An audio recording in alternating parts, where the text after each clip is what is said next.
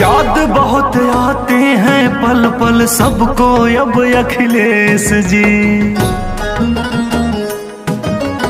याद बहुत आते हैं पल पल सबको अब अखिलेश जी। यूपी को खुशहाल बनाने वाले वो अखिलेश जी। जनता ने तुम्हें पुकारा है, जनता ने तुम्हें पुकारा है, नेता अपना स्वीकारा है। अखिलेश जी तुम्हें आना होगा,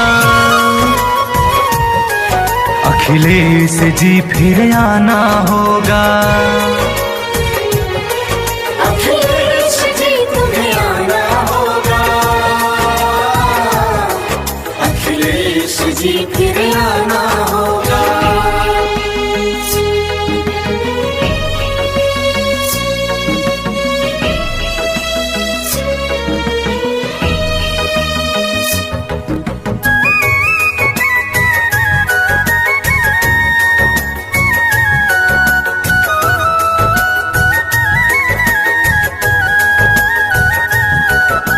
नहीं सुरक्षित बहन बेटियां, हाल बड़ा बेहाल है।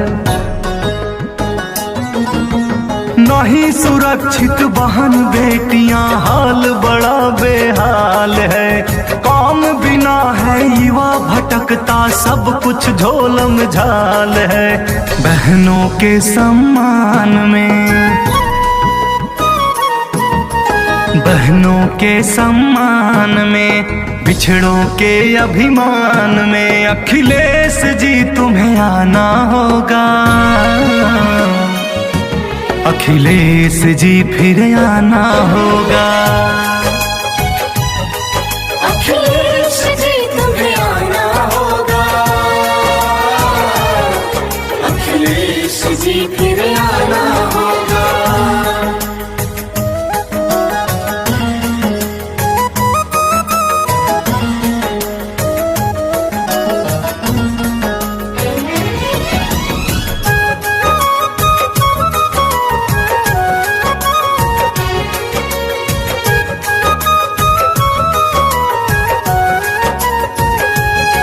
वो दौर भी यूपी देख चुकी जब हर तरफ खुशहाली थी।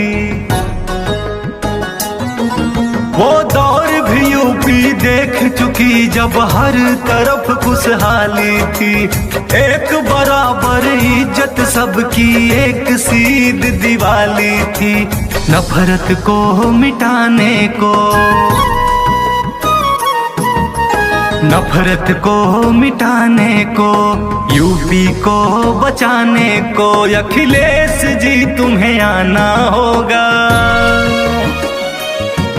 अखिलेश जी फिर आना होगा। अखिलेश जी तुम्हें आना होगा, अखिलेश जी